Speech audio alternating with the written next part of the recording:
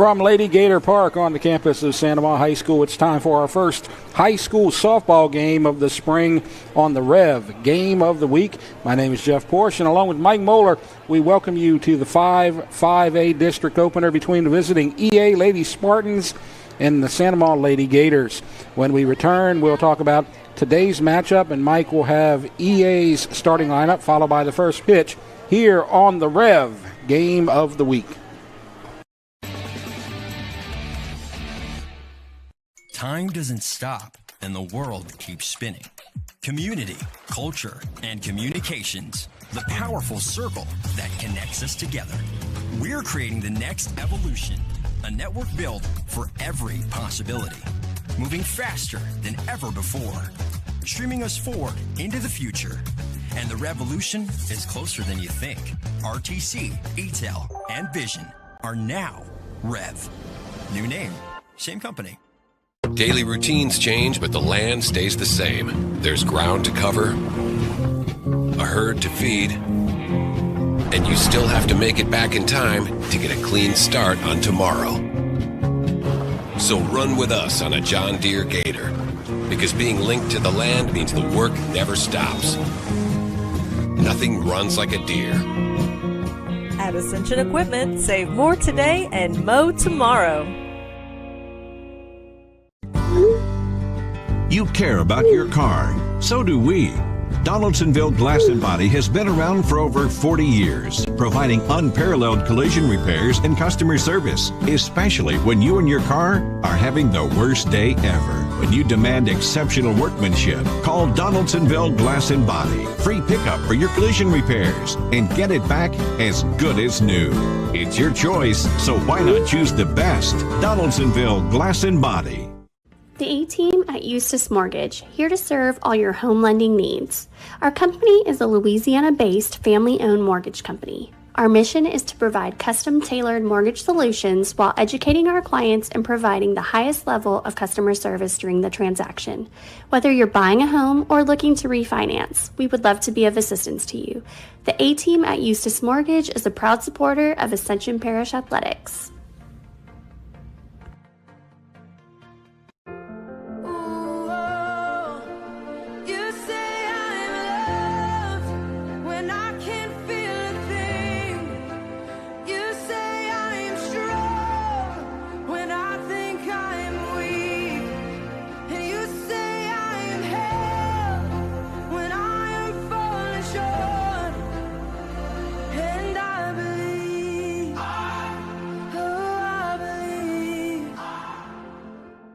Piku Builder Supply, your one-stop lumberyard, provides an extensive selection of quality building supplies for your new construction and remodeling. We offer computer-aided estimating of your building and remodeling plans, as well as blueprint copies. From humble beginnings to becoming the industry leader in Gonzales and beyond, Piku proudly supports our local community because we believe in giving back to those who have had a hand in our success. Let the experts at Piku Builder Supply help you with your new project today. This is a walk-on athlete. They push harder and put their heart into the game. This is the passion we're built on. It's why we put our heart into creating game day with a taste of Louisiana.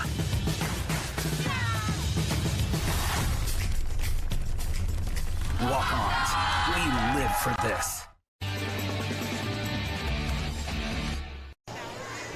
Welcome back to the Rev Game of the Week. Jeff Porsche, Mike Moeller with you. East Ascension at Santa Maria as the softball district season begins in District 5A, and we start with the big rivalry in Ascension Parish. And Mike, let's take a look at the rivalry. Let's look at the teams and the coaches here. Yeah, like you said, I mean, this is the rivalry. I mean, it started obviously back in, I think, 78 when Santa Maria opened. East Ascension coming across Burnside for this game. East Ascension is going to be coached by Ryan Lewis. He's going to be in his second year. He's 20-25 overall. And Amy Petrie is going to coach for Santa Maria. She is in her seventh year, and her record is 164 wins, 16 losses, and 1 tie. 32-0 in district since she's arrived here.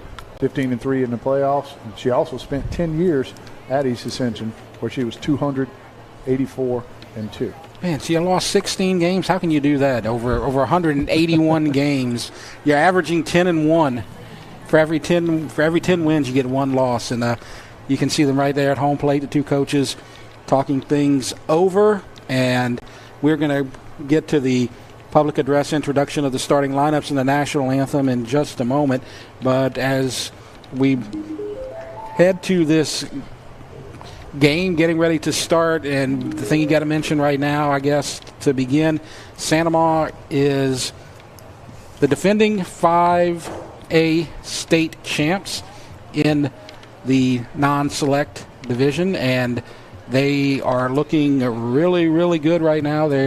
You see their record at 12-1, and they are one of the favorites to possibly repeat as state champions here, as they're now going to play in Division I non-select, I guess is what they call it. Right. So, I mean, obviously, yeah, they've returned a good bit of starters that have a lot of experience, and these girls know how to win. Obviously, with the championship last season, but like you alluded to, got a couple new teams in the district with Live Oak, Denham Springs, and Walker. And looking at the schedules, Live Oak is 12-0, and right. I think Live Oak might have handed Santa Ma a loss mid-season last year at some point. So that's going to be a battle. Absolutely, and the two teams we talked about right there, Live Oak 12-0, Santa Ma 12-1.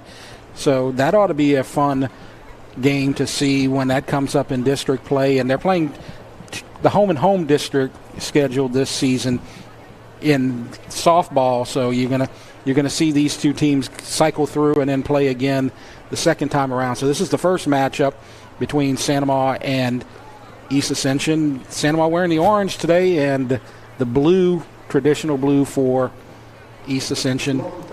And we're going to go to the public address announcer right now for the introductions. Between the Lady Spartans and your Lady Gators. For the Lady Spartans, starting lineup. Leading off, number 44, Shelby Lewis. Batting second, number 43, Katie Touye. Batting third, number 15, Kate Grills. Batting fourth, number 22, Corinne Wagaspak. Batting fifth, number 14, Maya LaLue. Batting sixth, number 1, Grace Burke. Batting seventh, number 2, Madison Stevens. Batting eighth, 00, Toby Landry. Batting ninth, number 10, Kinsey Creel. And the rest of your Lady Spartans.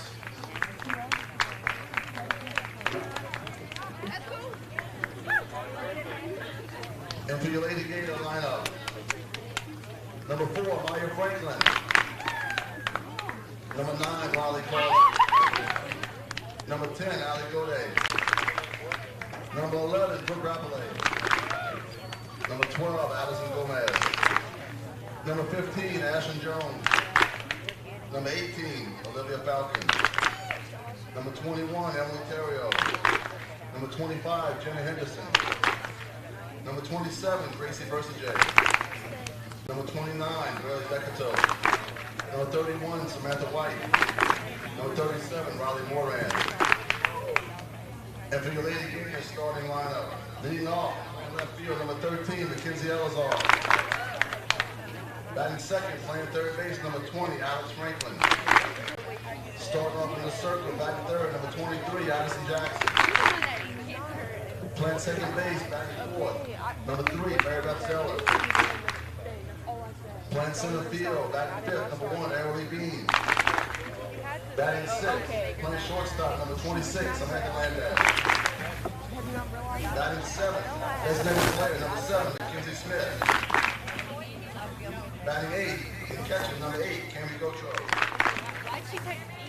Batting ninth, right field, number 2, Hallie Hickau. And your play player, number 19, Aubrey Gunn. Your Lady Gators are coached by head coach Amy Petrie. Assistant coaches Jay Brignac, Darryl Landry, Mark Mayer, Brooke Elazar, and George B. Please stand for the national anthem.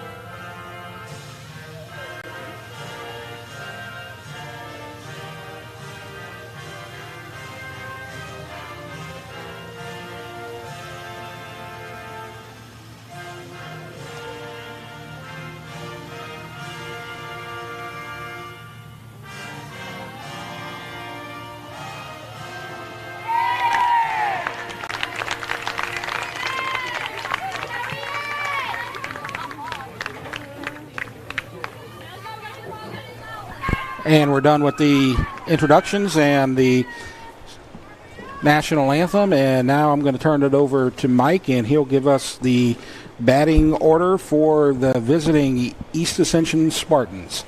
Yeah, tonight for the Lady Spartans, leading off is going to be Shelby Lewis. She'll play center field, batting 2-hole. The catcher, Caden Touye, hitting third, Kate Rills, and she'll play third base. And the hitting cleanup, the second baseman is Corinne Wagasback. Hitting fifth, Maya Lanu, and she plays shortstop. Grace Burke will hit sixth and play left field. Madison Stevens will hit seventh and play right field. The DP is going to be Toby Landry, and she'll hit eighth. And Mackenzie Creel will bat ninth and play first base. And we'll get to the defensive lineup for Santa Ma after the first hitter, but that's going to give us a chance as you look on the mound right there to check out the pitcher, A.J. Jackson.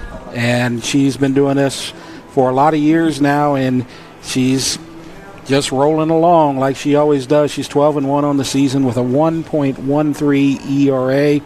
She's had 13 starts and 13 decisions, 12-1, and has already struck out 105 and only walked 17. So that's a great ratio right there, Mike. Yeah, and I'm looking at the hits per innings pitched. She's got 68 innings pitched and only given up 27 hits. I mean, that's some video game numbers right there. Absolutely. And what's amazing is, as great as she is as a pitcher, she's probably even better as a hitter, because we're going to bring up when she comes up, she already has 16 home runs on the season.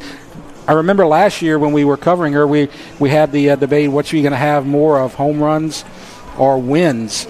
And it's going to be like that again this season, as she has 16 home runs and 12 wins. So the home runs are winning out right now, as you see the conference on the mound, as we are just about ready to go.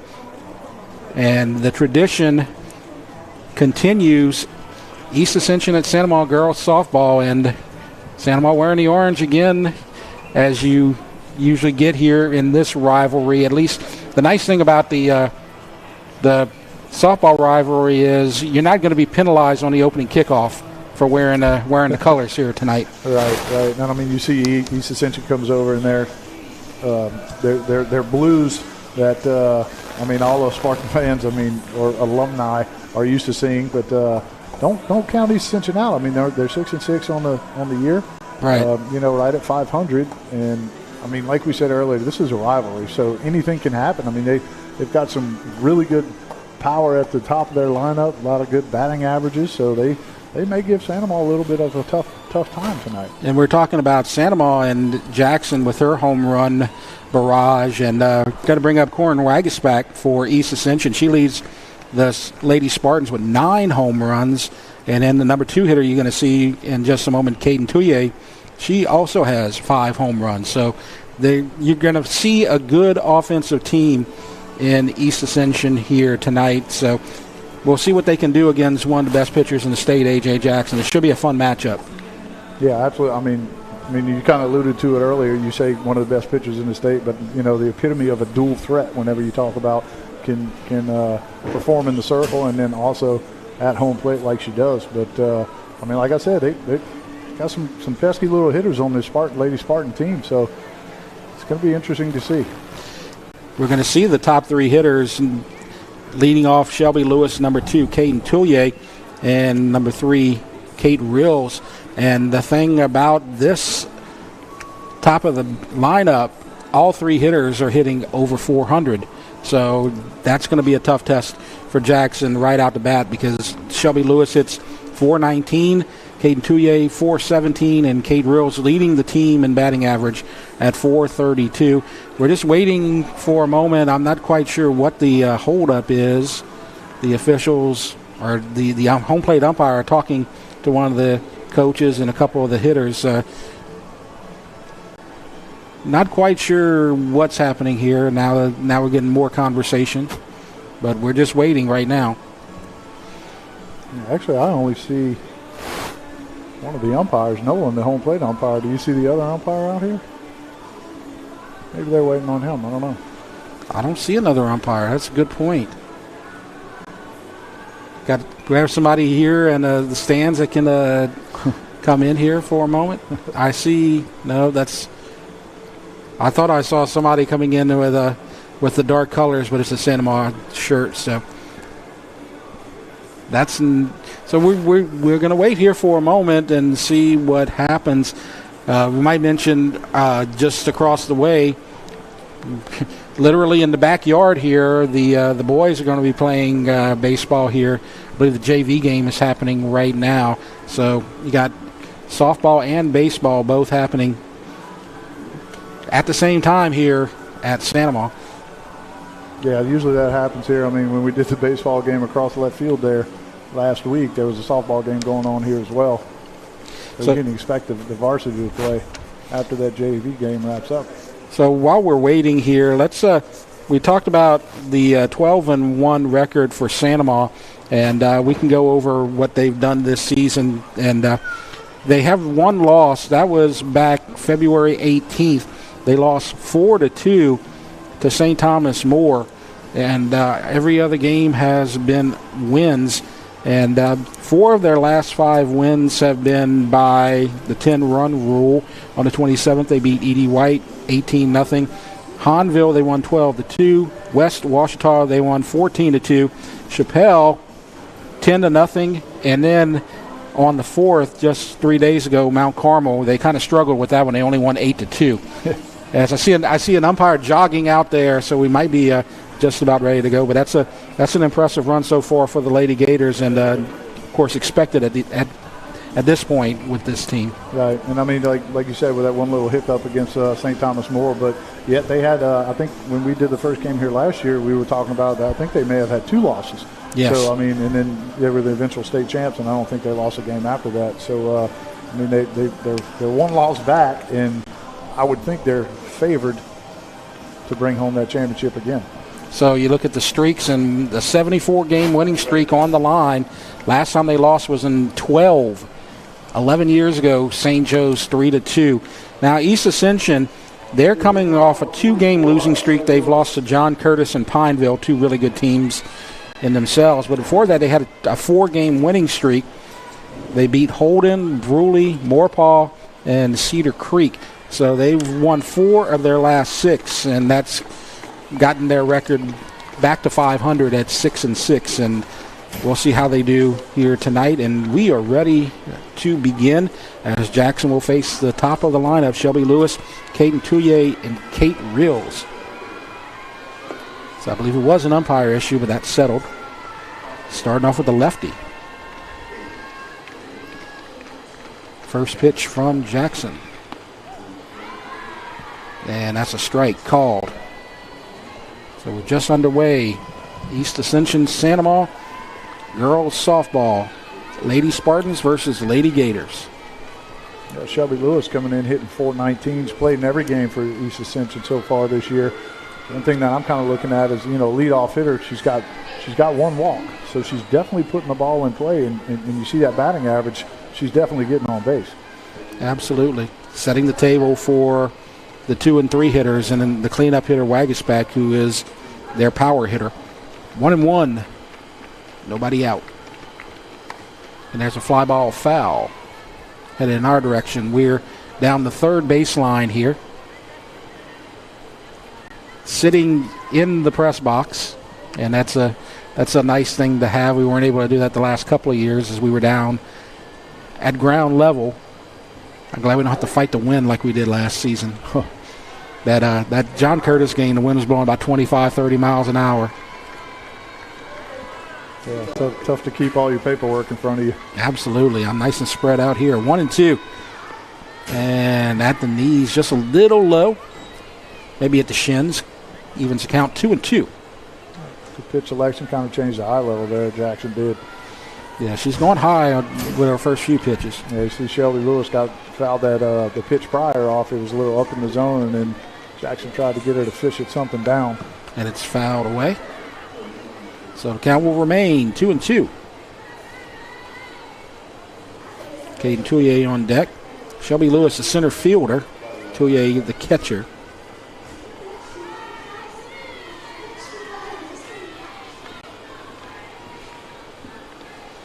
The 2-2 offering coming from Jackson, and struck her out. Strikeout swinging, and Lewis is the first out of the game, and that'll bring up Caden Touye. And before we go to Caden Touye, let's look at the defensive starters for Santa Maria. Yeah, for the Lady Gators this evening in the outfield from left to right, we have Mackenzie Elisar, Aralee Bean, and Hallie Hydale. On the infield, third base, Alex Franklin. Shortstop, Sam Landash. Second base, Mary Beth Zeller. First base, Aubrey Dunn. Behind the dish, Cammie Gotro. And in the circle, A.J. Jackson. And the one-out pitch to Touye is fouled back to the fence. And count goes 0-1, One out here. Lewis strikes out swinging. Touye's really high, far up on that plate right there. Yep, and she takes a called strike. Just a freshman, too. It doesn't look like she's intimidated very much by Jackson, way up in the box. No, trying to hit something out in front, but I think she's not going to have an issue waiting on that ball. Absolutely not. But she's behind in the count, 0-2.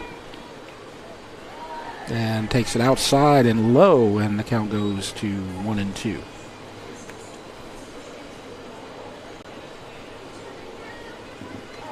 Taking her swings, Kate Rills is on deck.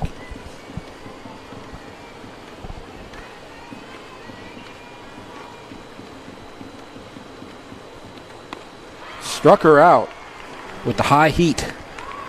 Yeah, went right above the letters right there. That ball's just so tough to catch up to. It looks so good because you can see it. Yep. It's right there, eye level almost, but it's just tough to get on top of that ball.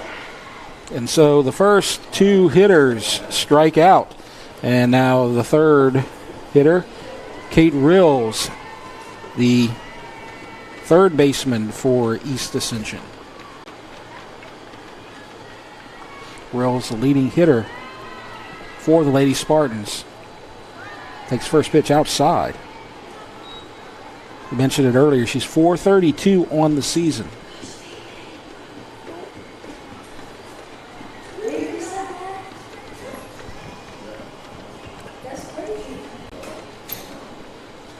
One-0 pitch.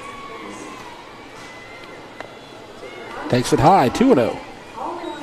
This is the first time that Jackson has been behind in the count as Rills ahead 2-0.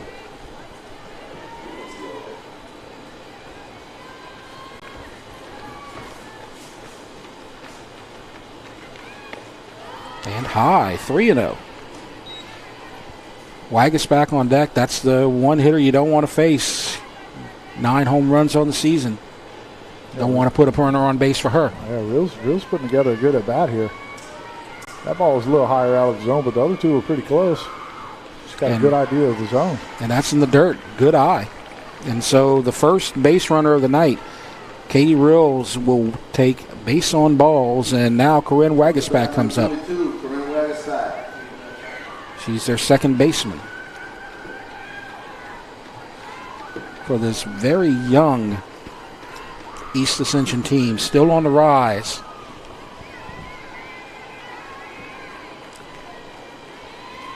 Head coach Ryan Lewis trying to build something here at EA. And a strike called. The base runner kind of faked a little bit and came back to first. And the count goes 0-1, 2 outs, runner on first. No score. Rills will take a bag on you, too. She's got 11 coming into this game tonight. And it's fouled away to right field of the baseball stadium. And now Waggisback is behind 0-2.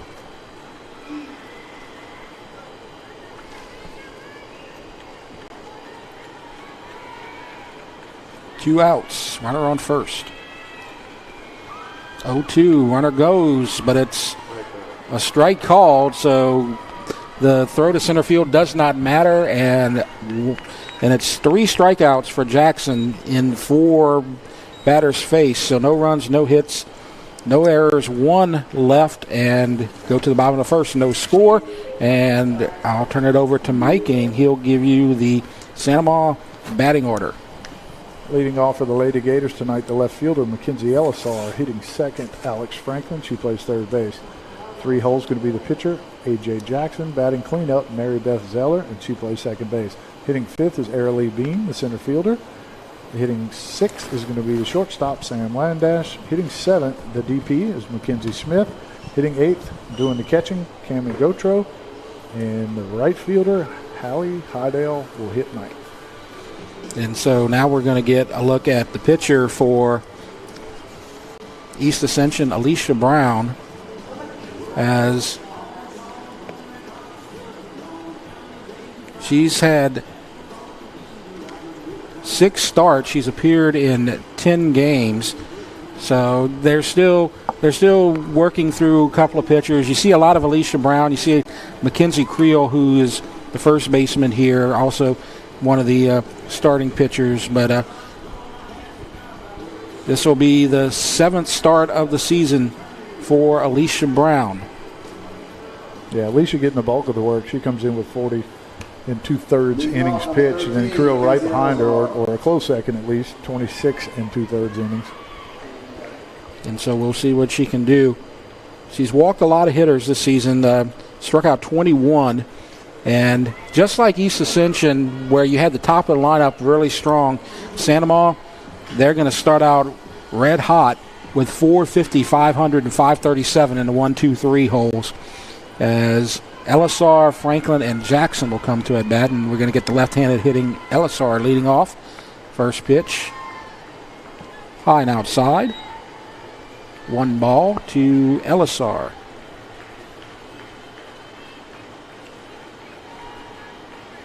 Of the top 3 hitters on Santa Ma's lineup that you're going to see here this inning, she's the lowest batting average, only 450. Right. As he takes a ball, 2-0.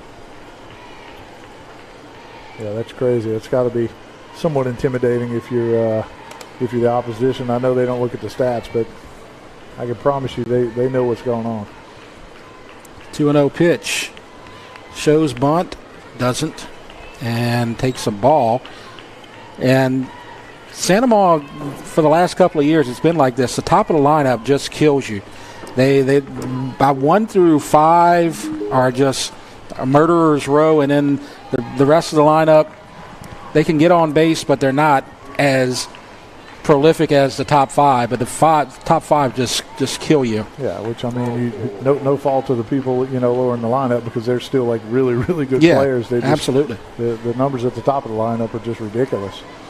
And Elisar takes a 4-pitch walk. Now Alex Franklin. And Elisar looked like she was going, goes back, but takes a ball. So Brown still looking for her first strike. Yeah, Elisar, she's got 9 bags. She leads the Lady Gators in stolen bases this year with 9 bags. So don't be surprised to see her take off. 1-0. And the throw back to first in time. She reaches back in time, so Elisar safe at first. And the count 2-0. On most teams, Franklin would be your leading hitter and your star with 7 home runs and a 500 batting average, but she's behind in both categories to the number 3 hitter. That's a great backup plan right there, I guess you could say. As the first pitch, or the first strike from Alicia Brown, the count now 2-1, nobody out. And the ball in the dirt. Elisar not going. And it's 3-1.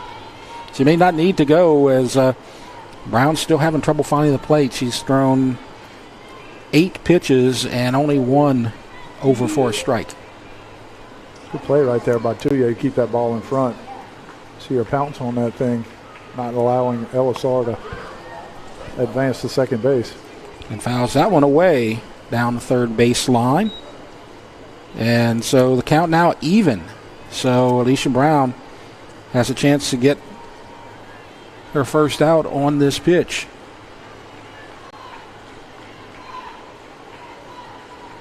(3-2), big pitch in this inning. And it's high and outside, ball 4. So So the leadoff and number 2 hitters both reach. Elisar on a walk. Franklin also on a walk. And you don't want to get 2 runners on base for this hitter. One thing you want to do, I mean, it obviously, AJ's reputation succeeds or whatever. What's the word I'm talking about? Kind of precedes her. And you want to really grind to try to get those first 2 hitters out so nobody's on base. But looks like Alicia Brown's just having a little bit of trouble settling in. I mean, there's a reason AJ's got 36 RBIs because, Elisar and Franklin are probably on the base and they're going to intentionally walk her. That's probably a good decision. But the problem is you're going to have Mary Beth Zeller coming in. She's hitting .375. She's not really a power hitter. No home runs on the season, but you're going to see a courtesy runner coming in. That's number 37, Riley Moran. Well, the Lady Spartans just did something that we didn't see much of at all from any of the Lady Gators opponents last year. Is intentionally walk A.J. Jackson. I mean, she can do so much damage. I mean, you have 2 runners on base. You got to think that's 3-0 if you make a mistake, right? And you don't see a lot of intentional walks without an open bag. Because you had runners on first and second. You don't see that a lot. You'll see, maybe if there's runners on second and third, perhaps. But that's a lot of respect for that hitter and a smart decision probably. For sure. And then, then it brings up Mary Beth Zeller, who's hitting .375. I mean, so she's obviously putting the ball in play in a lot of places where the defenders are not. But she also leads the team in walks, too, with 13. So she's going to be up there with a great idea of the zone. So the ball, again, 2-0. In danger of walking in the first run. That was only A.J. Jackson's 7th walk of the season. So you brought up how a lot of teams don't do that to her. That just reinforces what you just said. 3-0.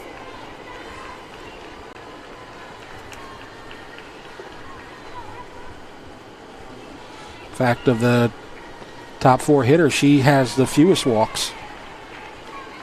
Has a strike called. So Alicia Brown.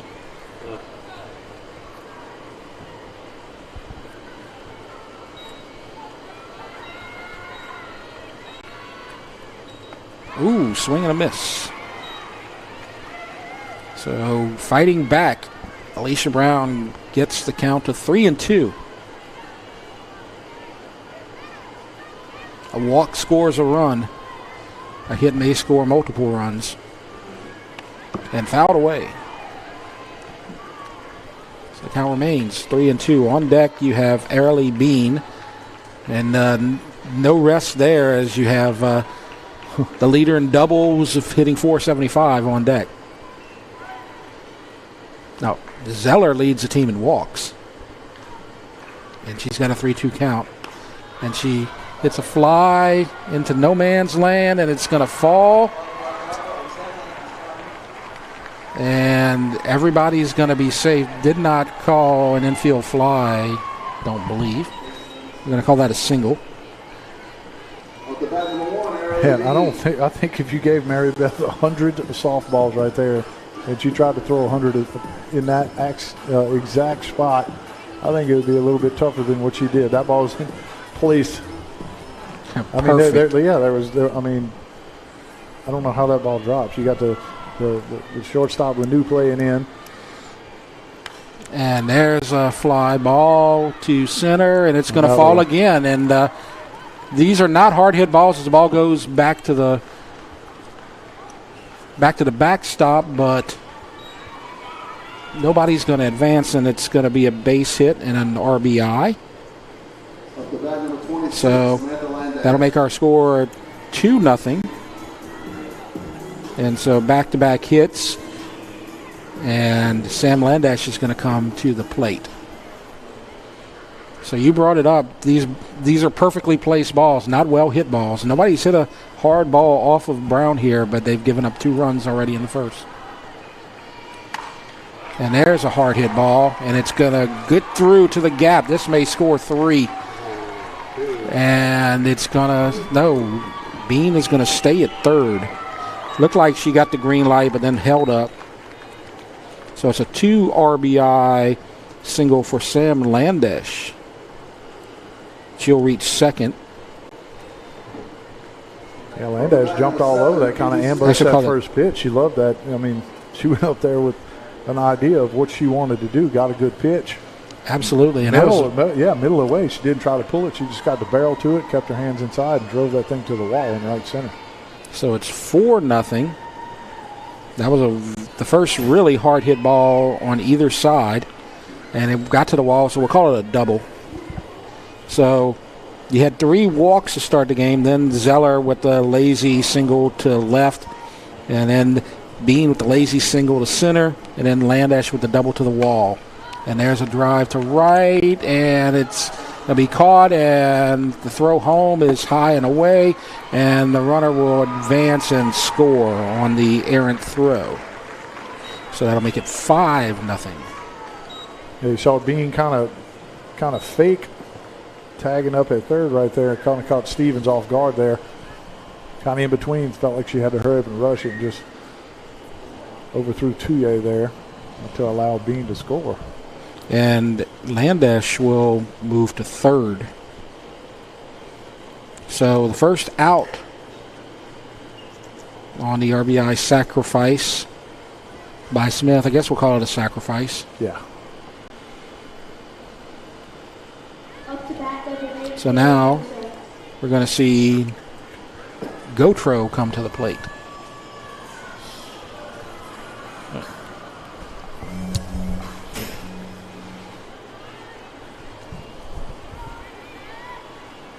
So after this pitch, fly ball to center, going back, caught at the wall, going to score another run.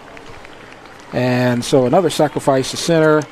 Nearly went out the park, and it's going to be 6-0. And so would score 6-0 and 2 outs, and Heidel coming to the.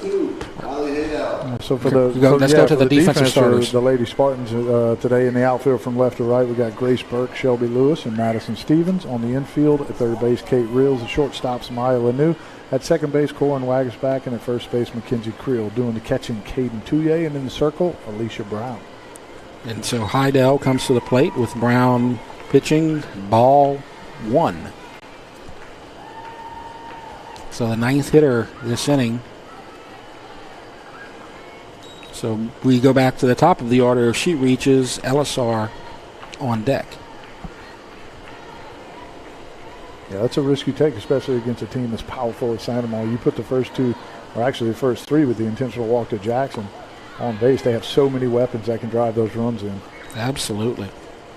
This is not a one-hitter team. They have a lot of players around.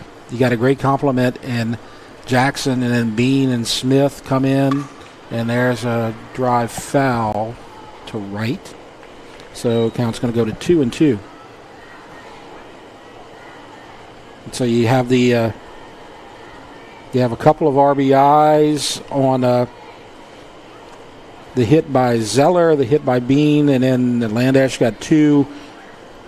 And then Mackenzie Smith had an RBI sacrifice, and Cami Gotro had an RBI sacrifice. And ball is low, 3-2.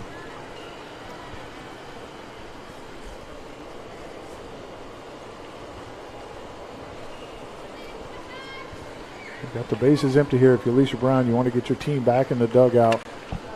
Grounder to quick as you third. can.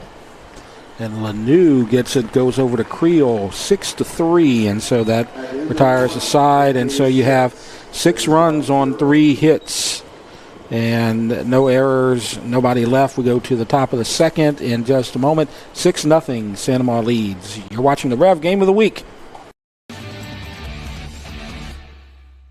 ETEL is now Rev, and we were built on Louisiana know-how, serving businesses like yours with solutions and local customer service for nearly 100 years. From storm-proofing your internet, phone, and managed services to being there for you 24/7 with local reps who really get to know you. Right now, you can get 1 month free of internet and hosted phone. A simple solution for your business. Call or click today. Rev Business. Powerful solutions, unmatched local service.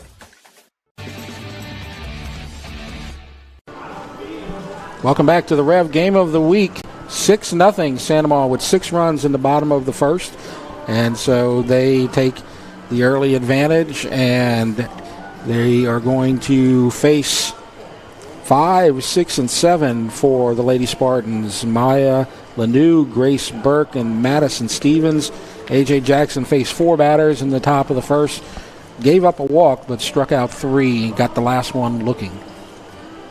Yeah, I mean, she's as advertised, you know. I mean, that one walk, if she's only got 17 on the year, that gave her 18, you know, in 69 innings pitched. I mean, if you're a pitching coach and if she's just solely a pitcher, you are completely ecstatic with that. So we are ready to go.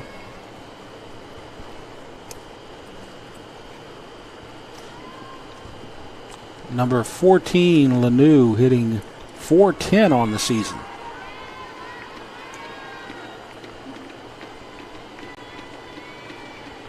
Yeah, Maya's going to put the ball in play. She's got 46 plate appearances, and she's played all 12 games. Only got 3 walks on the season. So she puts the ball in play pretty often. Strike called, 0-1. Second pitch, outside. Count even, 1-1.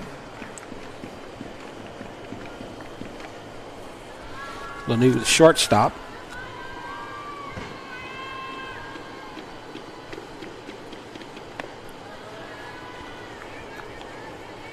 Count now 2-1. Had the grounder for the third out to end the first for the Lady Gators.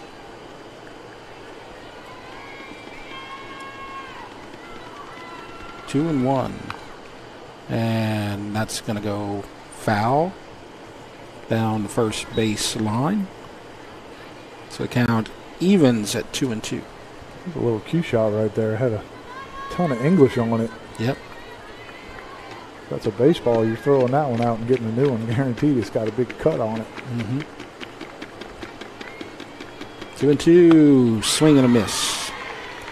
And the first out of the inning and the 4th strikeout for Jackson. That puts her at 109 on the season. And that's going to bring up number 1 left fielder Grace Burke. Grace hitting the ball as well this year for the Lady Spartans as well. I mean, she's just a tick under 300 at 293. All these Lady Spartans have got some pretty stout averages. Absolutely. Swing and a miss. That top 3 are all over 400, and then it dips a little bit, but not much. You have the 410 hitter with Lanou, and then you got a 293 and a 314 and a 300. They're all hitting 275 or better. Yeah, and I mean, you talk about how young this team is, and you see averages like that, you can only, expect to get even that much better in the next 2 or 3 years. Absolutely. Still trying to build this team. It's tough when you have a team like Santa Maria in your district, but Ryan Lewis is doing a good job so far. And there's another fly ball to the pitcher, and Burke flies out. And that's the second out here in the top of the second. And now Madison Stevens comes up. Stevens hitting over 300 on the season. Another freshman as well, Stevens. Strike called. It's always good to get those freshmen in a starting lineup, get them to buy in very early because you can get them for 4 years. They may take their lumps early on, but it'll pay off in the long run if you can keep them. 0-1, swing and a miss. Count 0-2. District begins today, as you see here, but also Walker will be playing at Dutchtown and Denham will be playing at Live Oak all today. 0-2 and just outside.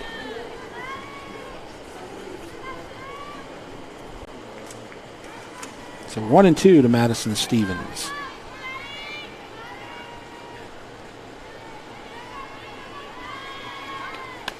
And that's going to go foul down the third baseline.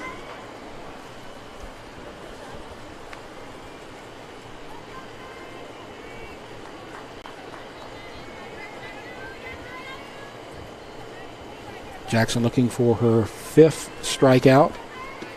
East Ascension looking for their first hit of the ball game. And that's high and outside. Count will even 2-2. Our score 6-0 here. Top of the second inning. Santa Maria with 6 in the bottom of the first.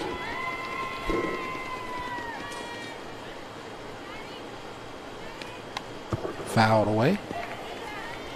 Stevens with a nice little battle here. Yeah, stays alive right there. Yeah. Just did enough to get her bat on the ball, wait for a pitch that she wants. Yeah, got down early in the count 0-2.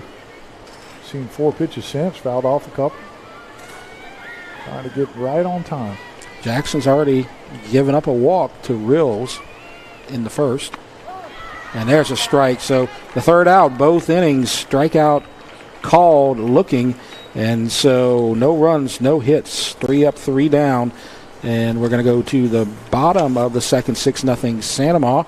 And we're going to turn it over to Mike, and he'll talk about Santa Maria and their state championship. Yeah, we alluded Lady Gators went all the way and brought that trophy home back here to Santa Maria at the end of last year.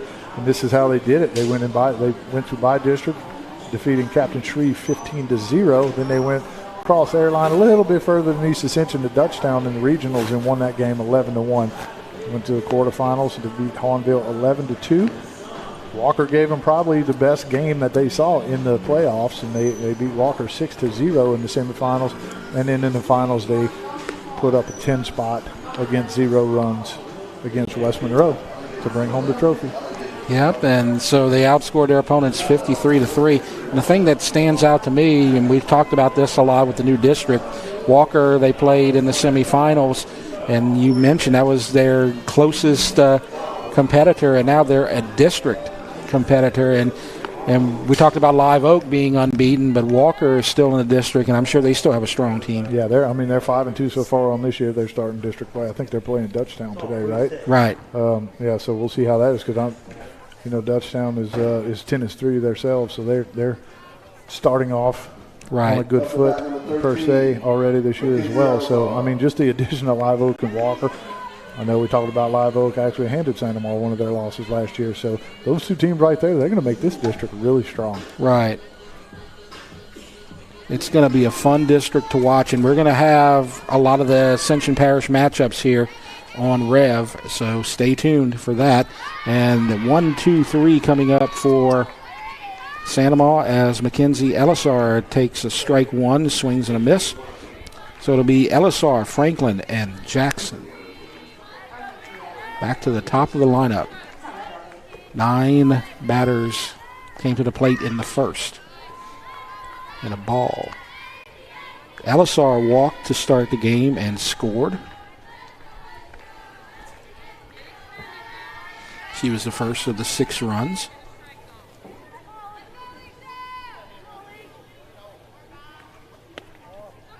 And there's a ball. That one was close. Just a bit outside. 2-1.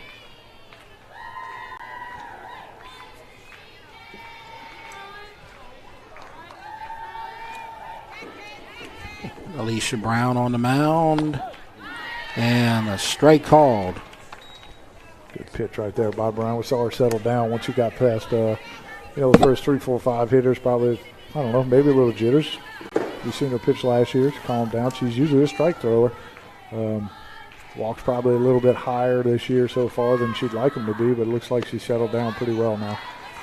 And Elisar takes ball 3, low and outside. She walked the first 2 hitters in the first inning, and then you had the intentional walk to Jackson. But after that, she settled down. And there's a grounder foul. Down third base. Elisar just trying to poke that one by third baseman Kate Reels right there. Couldn't keep it fair, just a tick foul. So full count.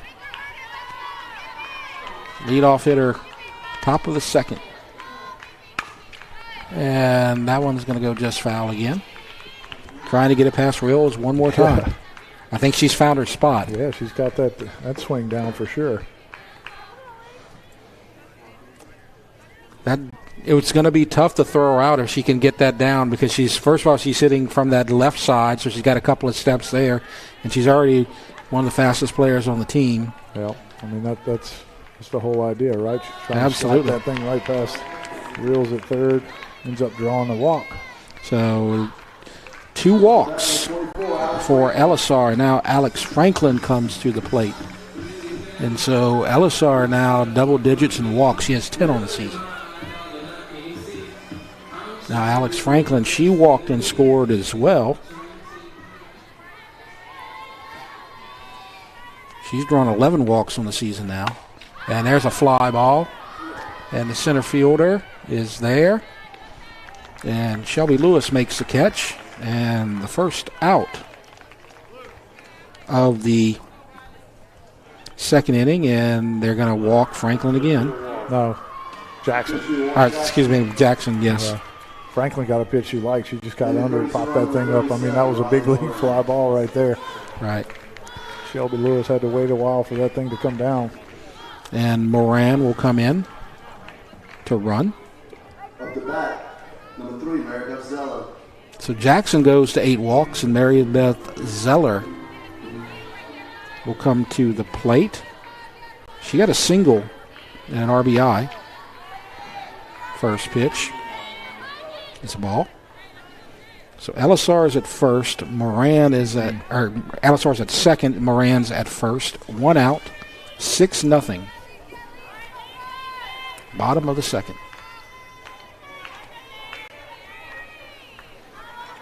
And time called.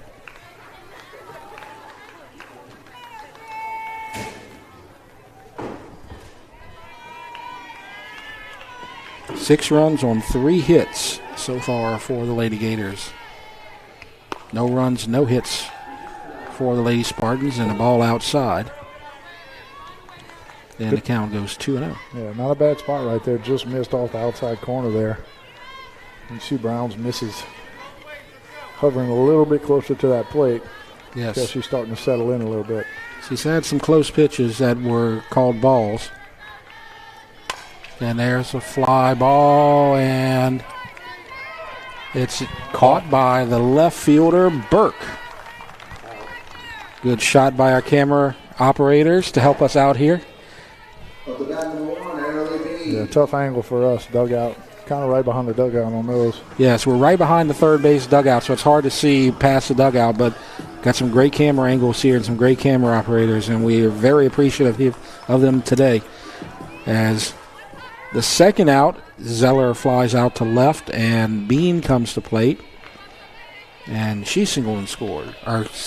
She actually scored and drove in a run. So first pitch is a ball. It'd be big for Brown to get a scoreless inning here and keep this game close. 1-0. And the bouncer to short. They throw to third. And it's safe. Yeah, it's probably pretty much the only play Lanu has right there. You see that ball kind of Super Bowl hopped, got up in her midsection a little bit, and as she's going towards third base to catch that ball, don't think she would have had a shot at first base. So probably the right play, just not enough time. Infield hit, and the bases are loaded. So Bean is 2 for 2. And that gets away, and here comes the runner, and she'll score. So Elisar is safe at home, and it's 7-0. And Moran will move over to third. Bean moves over to second. Yeah, that ball just kind of stayed down on Tuyac. Went right through the wickets there. I think she was expecting maybe a little bit of a hop on that. Kind of just hugged that turf, went all the way to the wall. So our score is 7-0, and there's a base hit that may score 2. And it does, so 2 RBIs, and so Sam Landash with 4 RBIs on the day so far with a base hit. And so Moran scores, Bean scores. And it's 9-0. And just like that, the Lady Gators put up another 3 spot. When you're 1 pitch away from, I mean, you talked about it would be huge for Brown to get out of this inning with no runs. I mean, she was 1 pitch away, and then all of a sudden you turn around and they put up a crooked number. And they were just so close on that fielder's choice on the throw to third, Lanu to Rills, but just beat it out. And now the count to Smith is 1-0. She has a sacrifice to right and a strike called. So Landash 2 for 2 with 4 RBIs. Bean is 2 for 2 with an RBI, are the previous 2 hitters for the Lady Gators.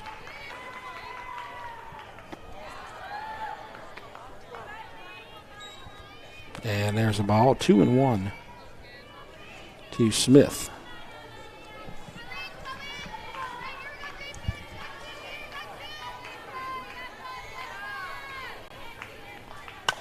And a fly ball to second and caught by Wagaspack, and that will end the inning. But 3 more runs on 2 hits. And so our score after 2 is Sanama 9, East Ascension nothing. You're watching the Rev Game of the Week. ETEL is now Rev, and we were built on Louisiana know-how, serving businesses like yours with solutions and local customer service for nearly 100 years. From storm-proofing your internet, phone, and managed services to being there for you 24/7 with local reps who really get to know you. Right now, you can get 1 month free of internet and hosted phone. A simple solution for your business. Call or click today. Rev Business. Powerful solutions, unmatched local service.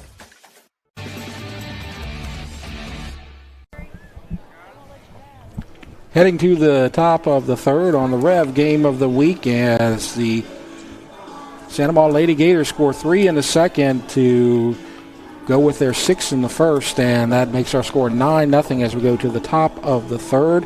And A.J. Jackson will face 8, 9, and 1. That's going to be Toby Landry, Mackenzie Creel, and Shelby Lewis. So bottom of the second, you brought it up earlier. You had the 2 outs, and you had an opportunity to get out of that inning possibly with no runs scored, and just like that, Samaw gets back-to-back hits and 3 more runs. Yeah, you can't, the risk reward, I guess, with putting guys or gals on base against a team, like Santa Maria, that we talk about it all last year, this year as well. They have so many weapons that can do damage. I mean, if you just go down the RBI list on their team, you got 19, 36, 10. They're knocking in runs. They're not leaving many people on base. Right, and Landash has 4 of the RBIs. She had 6 coming into today, so she's 2 away from matching her total for the season as she's up to 10 RBIs. As we head to the top of the third, and Toby Landry, the designated player for EA, and a swing and a miss. Toby coming up aggressive, knowing she's going to get good pitch to hit. AJ's been working ahead in the count. I think she's thrown strike 1 to every hitter except 1. I believe you're right, from what I can remember. And there's a strike right down the middle. That's a tough pitch to hit. That's kind of inner half right there, that ball. You don't see many high school girls that can command that part of the plate inside. And it's fouled away, so stays alive. As Landry, a 300 hitter, has a home run on the season. So a dangerous hitter in that 8 spot.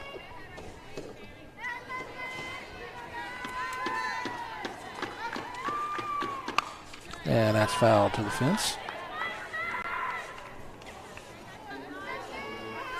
Still looking for their first hit of the day.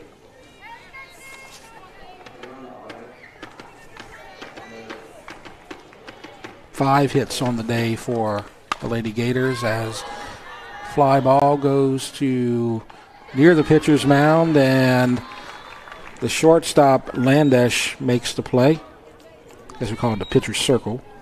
And Landesh makes the catch, flies out to 6. Yeah, Landry actually liked that pitch he got, probably a little bit up in the zone, a little tardy. But she didn't miss that ball by much. I mean, that was if there's such a thing, a really good fly ball in the infield. I don't know. I mean, that she had some authority, I guess, on that fly ball. Yes. Strike called to Mackenzie Creel, the number 9 hitter. First base, number 10.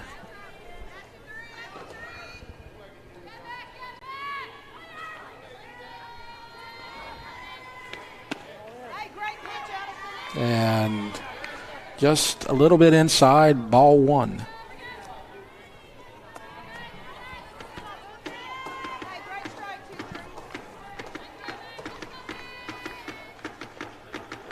One out. Nobody on, fouled away. Near the left field area of the baseball stadium.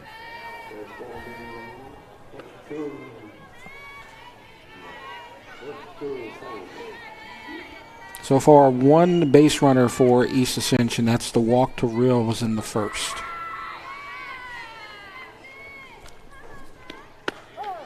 And there's a strike 3 called. Maybe a little bit outside, close pitch right there, but gave it to Jackson, and that's going to be her 6th strikeout.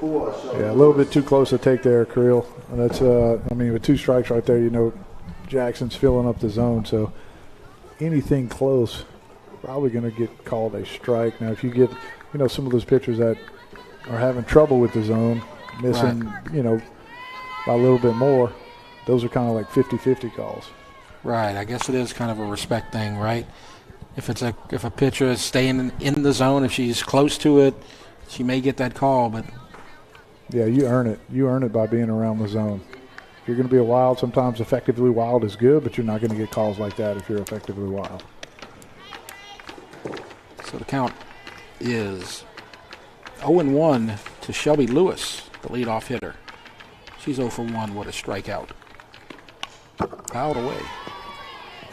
So Jackson 1 pitch away from getting out of the third. See Lewis really trying to stay inside of that ball, bringing those hands in tight, trying to poke that thing right by Franklin, trying to let it get deep.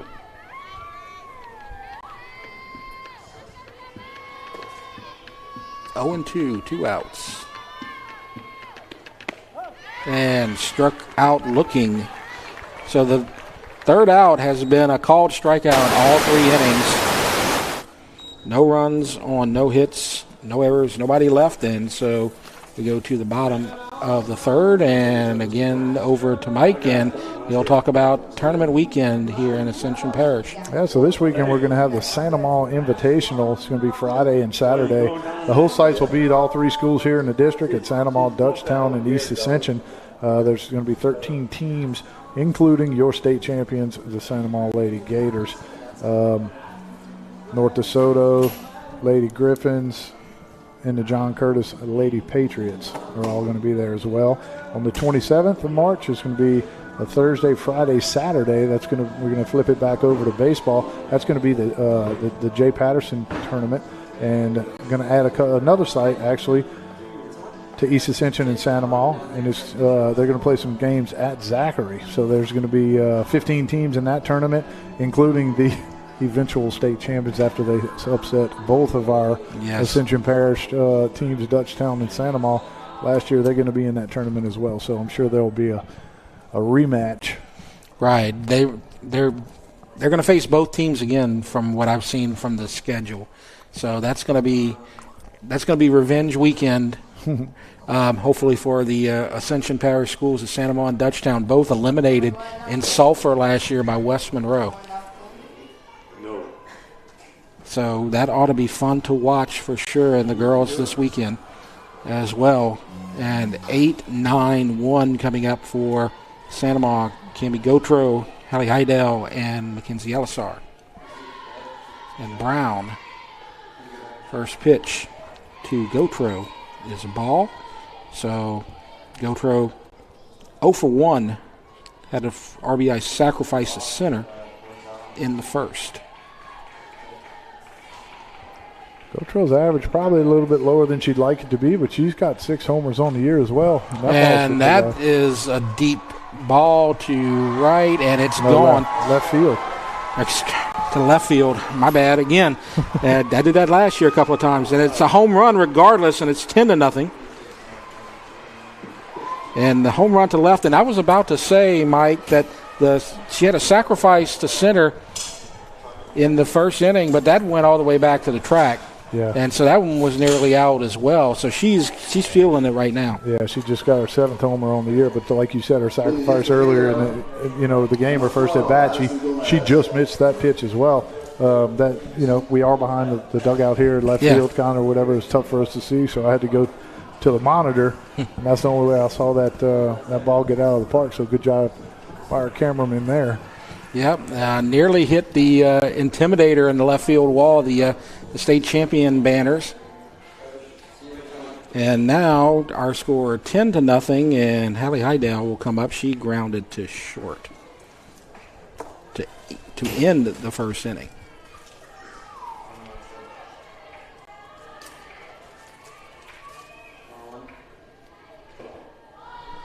So leadoff home run by Cammie Gotro makes our score 10-0, and a strike called.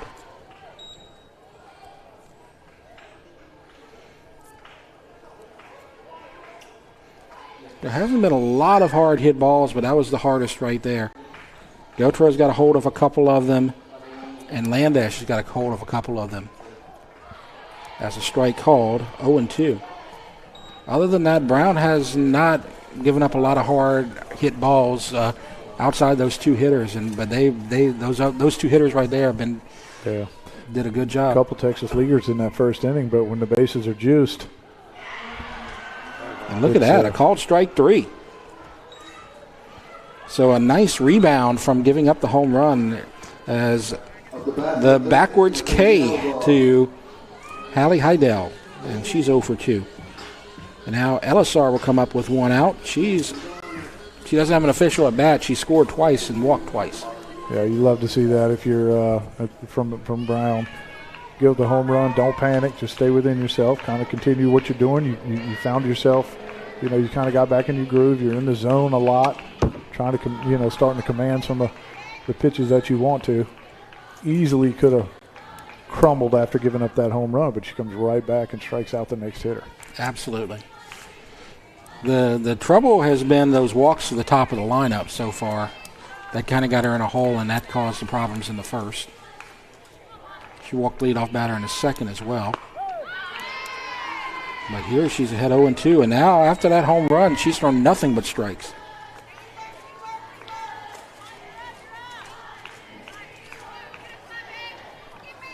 So Alicia Brown looking for back-to-back strikeouts. And the grounder to short, and throws the first for the out. Lanou to Creel, 6-3. Good play right there by Lanou. This Elisar is speedy, running down first base from that left-handed side of the box. Lanou got a good one-hop charge. It had the momentum going to first, made a good strong throw for the second out. And so with 2 outs, Alex Franklin comes to the plate. She's 0 for 1, scored a run. She walked and flew out to center.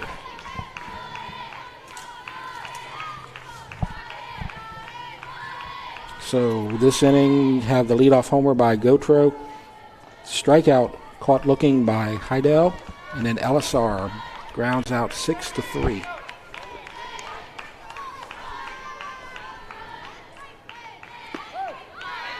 And there's a strike called. So she's just filling up that strike zone now after that home run. Continues to get ahead of the hitters.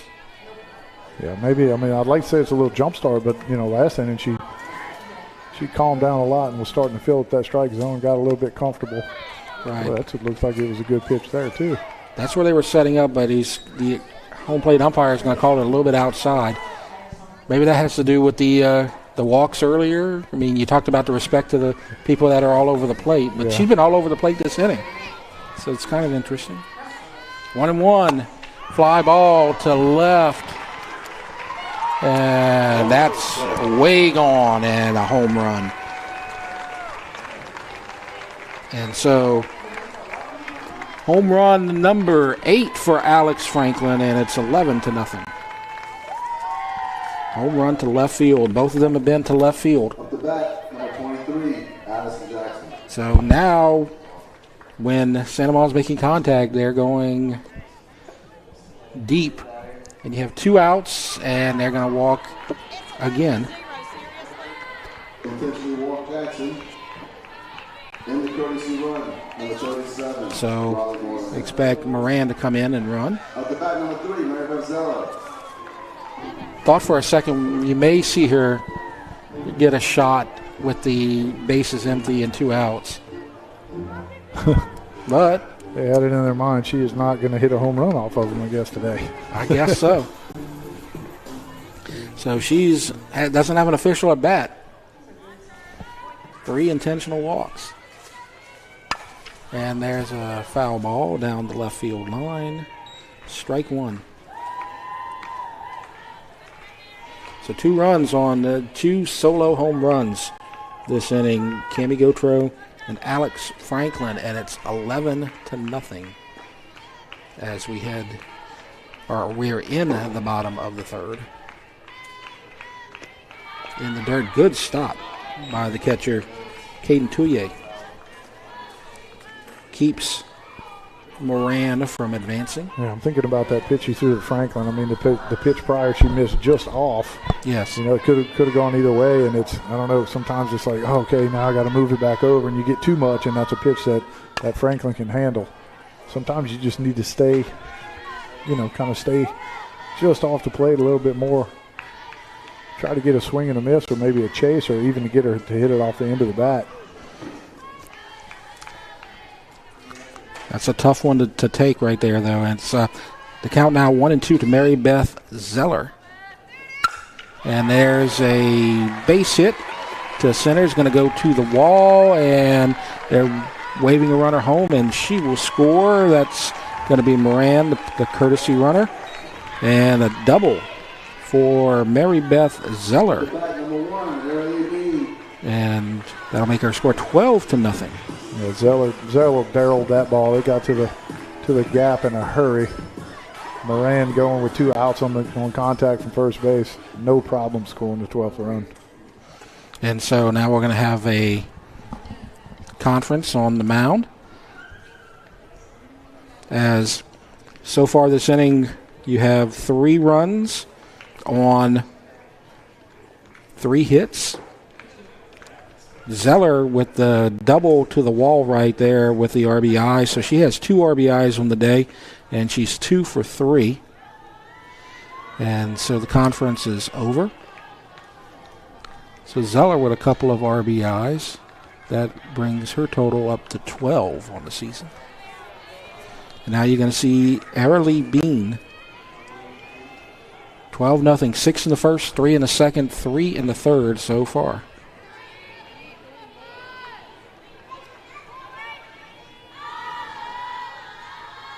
And fouled away. Over to left field.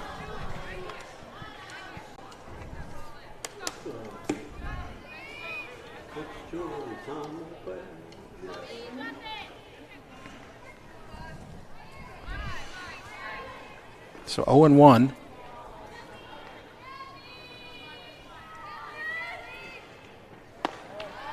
And pitch high. Count even 1-1.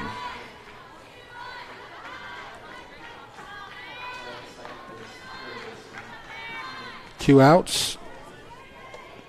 Zeller at second, 3 runs in. Swing and a miss. Nice change of speed there. Yeah, really good pitch. Change up by Brown right there. Make it look just like the hard one, but take a little off. So now to count 1-2, trying to get out of this third inning.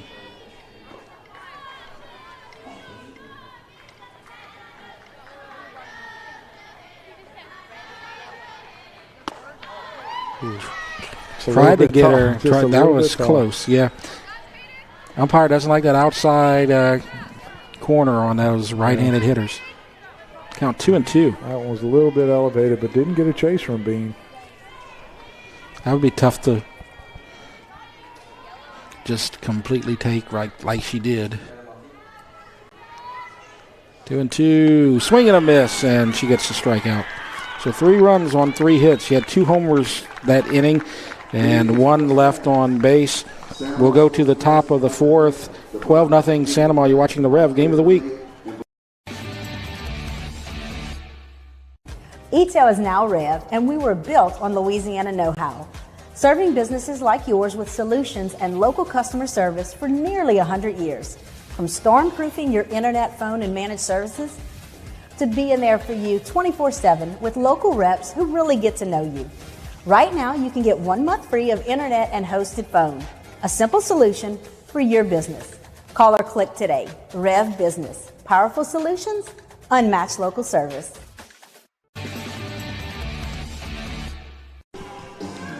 Top of the 4th, Santa Maria leads 12-0, and they'll give it to Mike, and he'll talk about the district records. Yeah, so that's going to be our district. We talked about Live Oak, Denham, and Walker joining us this year. Live Oak comes in at 12-0. We know they're strong. Santa Maria's 12-1 with their only loss to St. Thomas More. Dutchtown's still strong at 10-3. Denham Springs 7-4. Walker 5-2, and East Ascension at 6-6. So every single team at or above 500. We talked about how strong this district is going to be, and it's just getting started tonight. Absolutely, and so we'll see if we can get some updates from some of the other games. And you see East Ascension at the bottom there, but they're a good young team. They've had some tough opponents, and they played a hard schedule, and that's contributed to that 500 record. But they trail today as the 2, 3, and 4 hitters are coming up, and that's going to be Caden Toulier, Kate Rills, and Corin Wagaspak as Jackson goes into her 4th inning.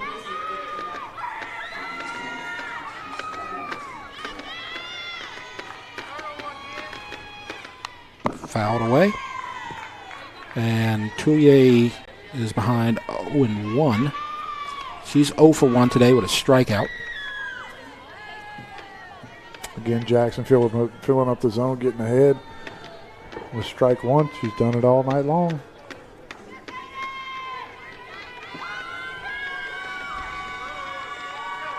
Oh, and 1 pitch, swing and a miss. The Heat.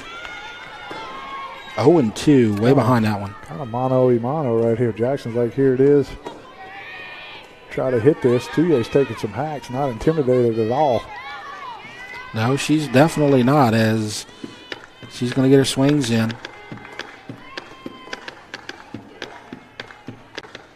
0-2. Pitch outside. One thing I noticed here is Toulier, at the first at bat, she was right at the front of the batter's box. Now she's kind of moved back to the even with the plate. Yep, you're right. We did point that out earlier. Right foot was at the front of the plate, her first AB. And the fly ball, will it stay in play?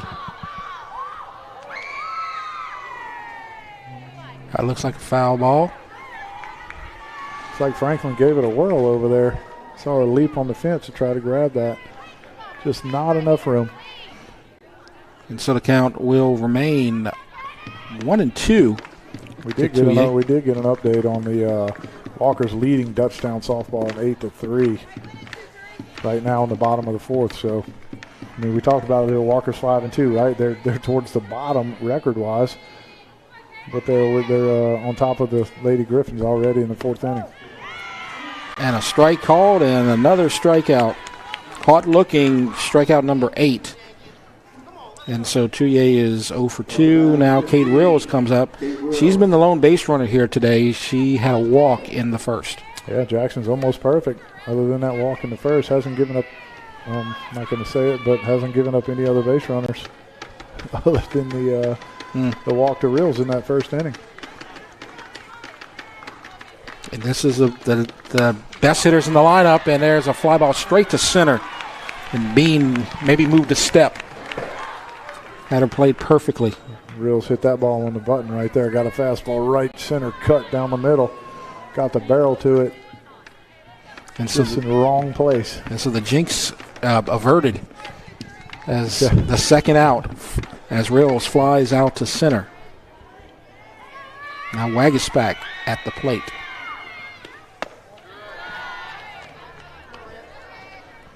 And takes the ball. 1-0. We talked about Walker and Dutchtown, and you talk about Walker 5-2, but remember they were semifinalists last year, so yeah. Not a surprise. It's a fly ball deep to right, and it's going to fall. And so a double, first hit of the day for East Ascension. Owen Wagsback hit that ball hard. You saw it kind of tailing away from. Right. Heidel looked like she had it, but then she got turned around at the last moment. Kind of got turned around. That's that tough right field spot. I mean, people don't realize. I mean, we have a perfect angle right here to see what that ball does off of a right-hander's bat. And like you said, Heidel got turned around just a little bit, just enough for Colin Wagsback to scoot into second base there for the first hit for the Lady Spartans.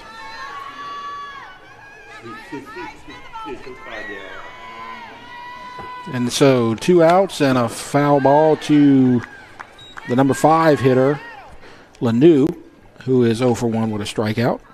So this inning so far, Touye strikes out looking, Rills flies out to center, and Wagaspack doubles to right. And Lanu 0 for 1 with a strikeout.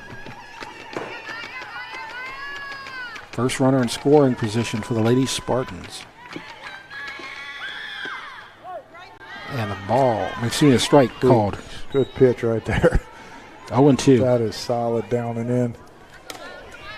Great job by Jackson controlling it. It's so hard to, I mean, you get so locked up whenever they pepper that inside corner right there. It's just so tough to pull the trigger. And so we're 1 pitch away from the end of the 4th, and it's fouled away, stays alive. That's got to be frustrating with all those foul balls going into left field during the baseball games. I don't think. Was there about 30 feet from the home plate to left field? Yeah, maybe if that. And takes that one high. Yeah, Mize putting together a good at bat here. Got a couple of good swings. Just missed a couple of those pitches. Good take on that ball up and out of the zone.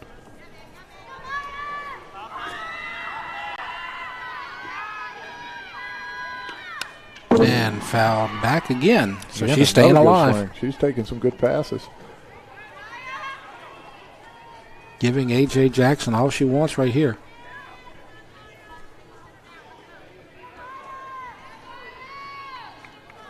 Jackson trying to keep the shutout alive. In the dirt. And the runner goes to third, delayed, safe. Kind of waited for that ball and see where the catcher was. And got in there just under the tag. Yeah, Tommy, good slide there. We saw some camera work there. She slid to the backside of the base. Made it a little more difficult for Franklin to get that tag down. I think the throw was there. It was very close. As it's 2-2, 2 outs, runner on third.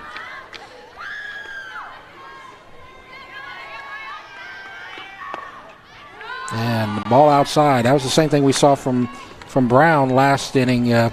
Pitches outside, not being called right now. Yep. 3-2.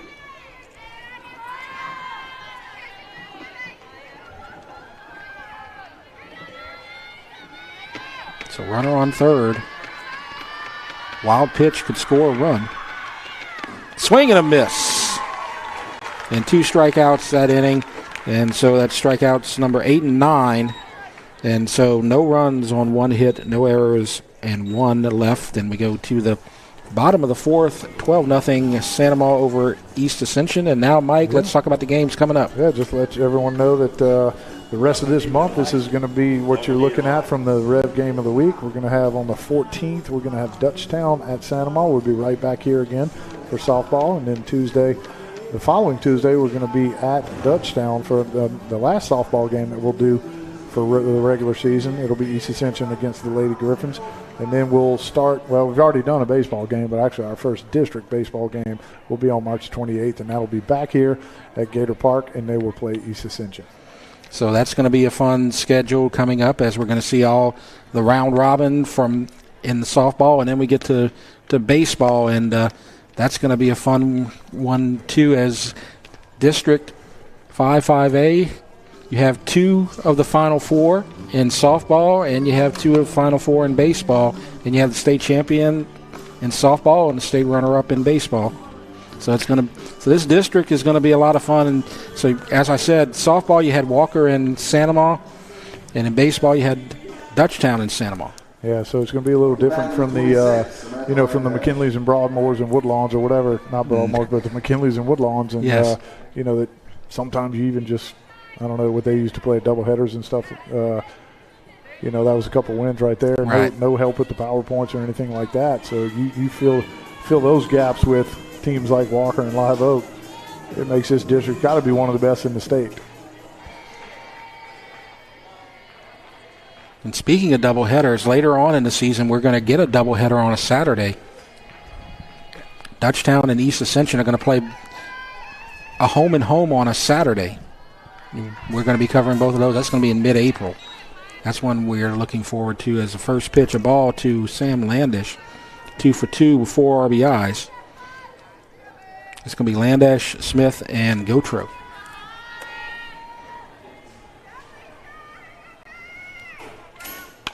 And grounder foul down the third baseline. Count even, 1-1. Last inning, Brown still on the mound. She was finding the plate, but there was also a lot of hard hit balls. Gave up 2 home runs, and also gave up a double to Zeller. They also want to give a shout out to Sam's dad, Steve. He's the one that hooks us up with all the stats for the Lady Gators. That's huge. We don't have to look very far to get those, and he's been doing it for some time now, but we really appreciate him. So 15-run rule is in effect. If there's 3 runs scored this inning, as you see the fly ball caught, great catch by Shelby Lewis. So Lewis saves a base runner and the first out of the inning. And I believe that's the first time that the leadoff hitter has not reached base. In the hit for Smith, number 19, Aubrey Dunn. And so Aubrey Dunn is going to come up to the plate.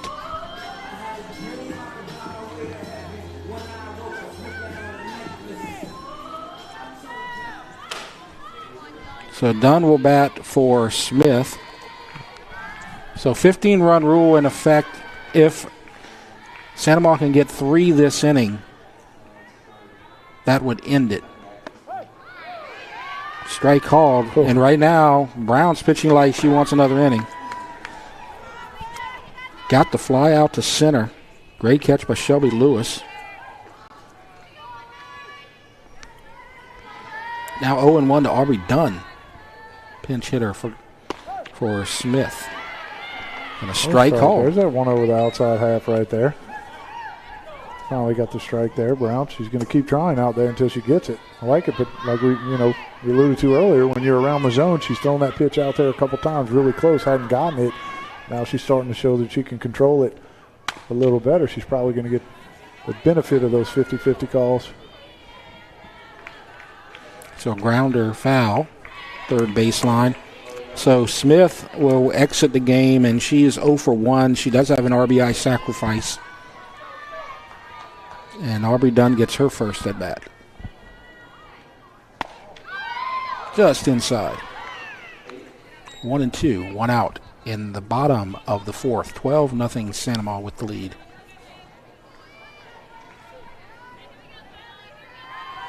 Cami Gotro on deck.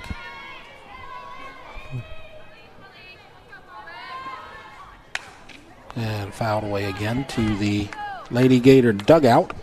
A little bit out front of that one. That one looked like it almost fouled it off her front shin. Almost went between her legs there. Seems a little anxious there as you see where she's lined up in the batter's box. Got that left foot right at the front of the batter's box. Calls time.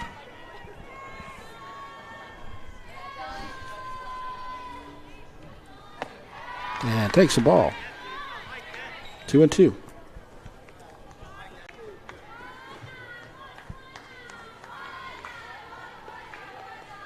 Dunn is looking for her second hit on this season.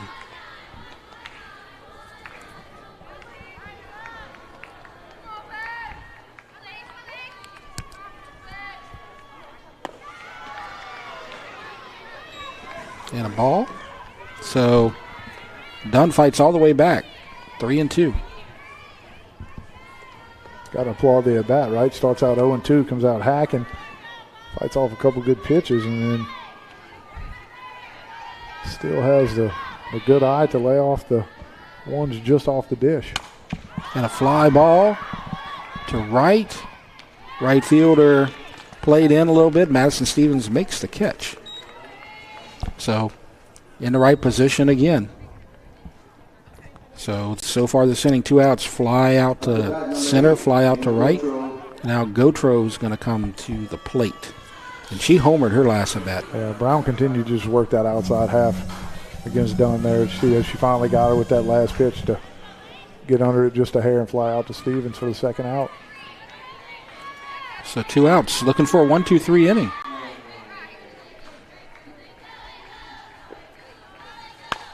And there's a fly ball, left field. And 3 up, 3 down, fly out to left, center, and right that inning. And so 3 up, 3 down, and we're going to go to the top of the 5th. 12-0 Santa Maria. You're watching the Rev Game of the Week. From jambalaya, pastalaya, and gumbo to daily lunch specials, Pot and Paddle Jambalaya Kitchen has Cajun dishes to satisfy your hunger. Pot and Paddle has 3 locations to serve you, including the one on Cabela's Parkway in Gonzales, Jefferson Highway near Bluebonnet in Baton Rouge, and Jubin Crossing in Denham Springs. You can dine in, carry out, or let them do the catering for an office get-together or tailgating at the big game. And don't forget about their delicious daily lunch specials. You can check out their specials and more on the web at potandpaddle.com. And we're back as we head to the top of the 5th. Our score 12-0. Santa Maria leads East Ascension, as you're going to see 6, 7, and 8. Grace Burke, Madison Strong, and Toby Landry for the Lady Spartans. And I like what I saw this last inning from the Lady Spartans, Mike, as Brown, she's down 12-0, and they got the 1-2-3 inning, and this team looks a lot better than they have in the last couple of years. Even though they're down by a lot of runs here, this team's got some fight in them. Yeah, I mean, just the grind. I mean, you can literally see it as this game progresses, how much better they've even gotten. Just the swings the second time through the lineup, how much Alicia Brown has settled down and controlled the strike zone, 3 up, 3 down last inning. You know, it's only going to snowball in the right direction. It definitely won't go downhill. So if East Ascension does not score 3 runs, that'll do it, as the 10-run rule is now in effect as we've reached the 5th inning. So they need 3 off of A.J. Jackson. That's going to be a tough task. And there's a strike. Again, that hard one on the inside half is just, we hadn't even seen any Lady Spartans offer at that pitch right there. It just kind of locks you up. It's such a tough pitch to hit. Burke's 0 for 1. She popped up to the pitcher her first at bat in the second.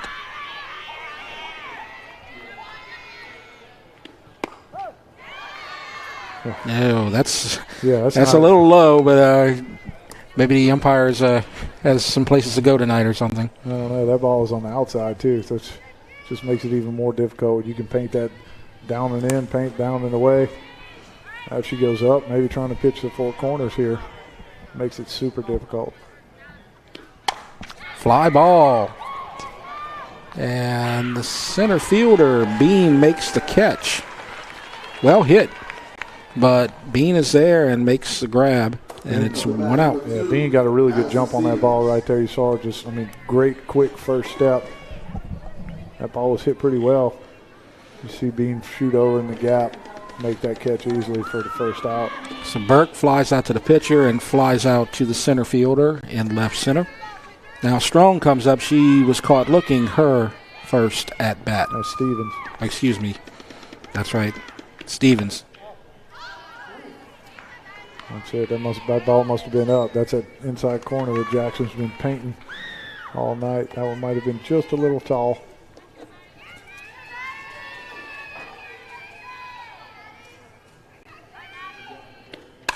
And there's a shot foul down the first baseline. 1-1. Santa Maria 12-0 with the lead.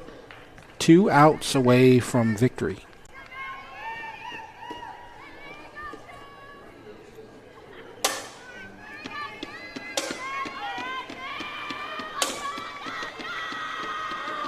One pitch coming.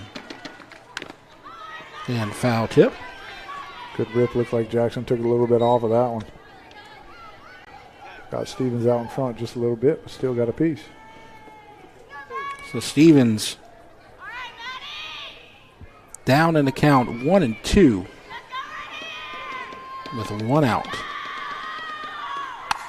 And that's going to be foul. Down the first baseline.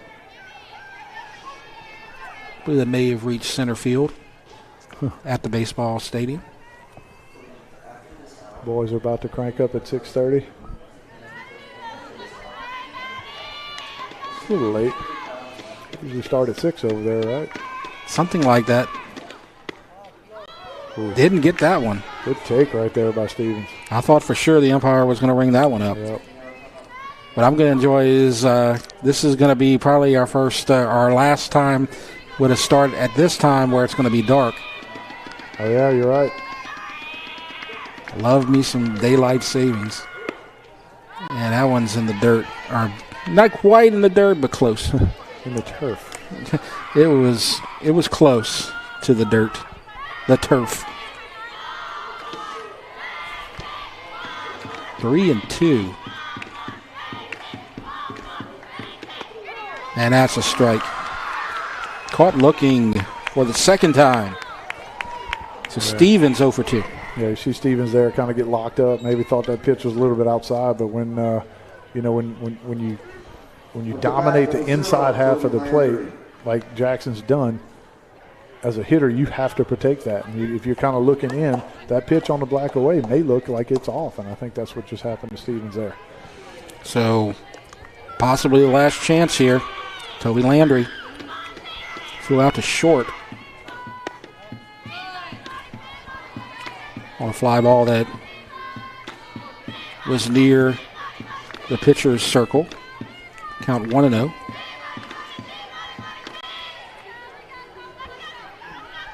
Jackson 1 out away. And a fly to left. Caught. And LSR makes the play, and that's going to do it for our game tonight. Our final score is Santa Maria 12, East Ascension nothing. And we'll take a break and wrap things up. You're watching the Rev Game of the Week. Time doesn't stop, and the world keeps spinning. Community, culture, and communications. The powerful circle that connects us together. We're creating the next evolution, a network built for every possibility, moving faster than ever before, streaming us forward into the future.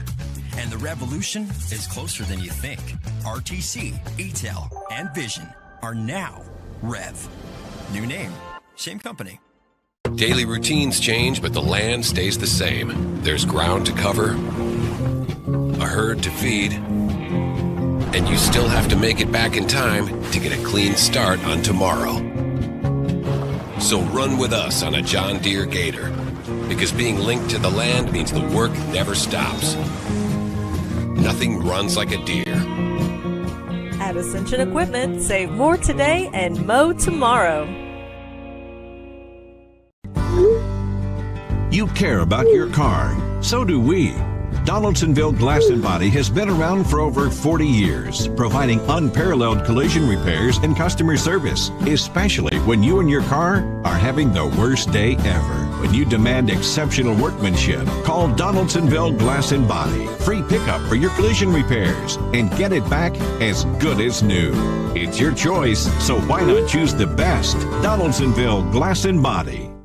The A-Team at Eustis Mortgage, here to serve all your home lending needs. Our company is a Louisiana-based family-owned mortgage company. Our mission is to provide custom-tailored mortgage solutions while educating our clients and providing the highest level of customer service during the transaction. Whether you're buying a home or looking to refinance, we would love to be of assistance to you. The A-Team at Eustis Mortgage is a proud supporter of Ascension Parish Athletics.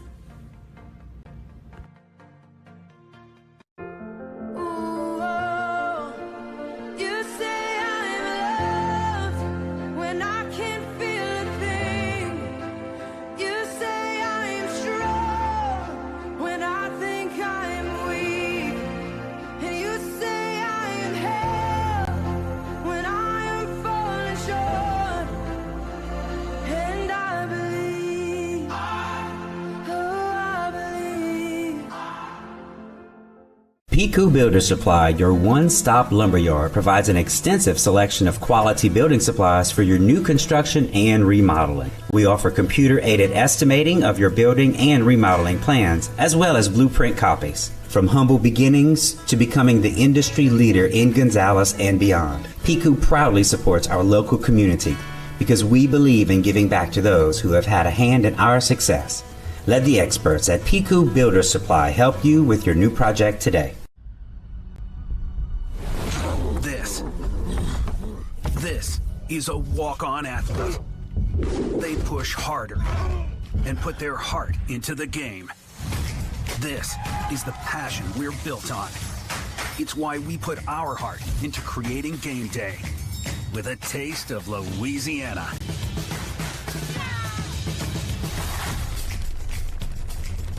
Walk-ons, we live for this. Welcome back as we wrap things up. Jeff Porsche, Mike Moeller with you. Our final score, Santa Maria 12, East Ascension nothing in 5 innings on the 10-run rule.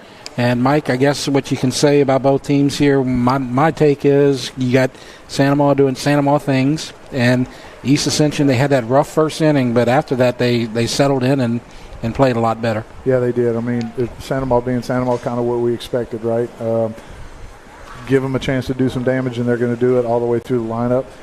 East Ascension maybe a little rusty first 2 innings, maybe too many base runners allowed.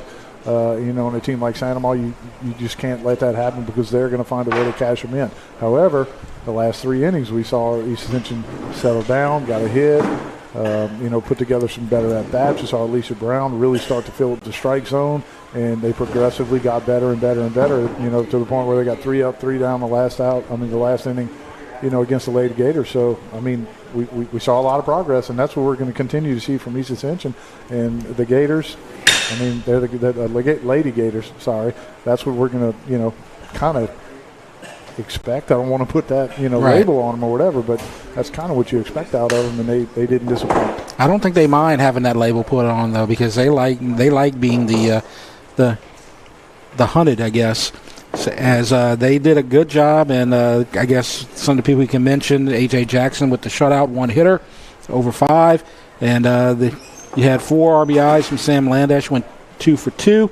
Also had home runs on the night for Cammie Gautreaux and Alex Franklin.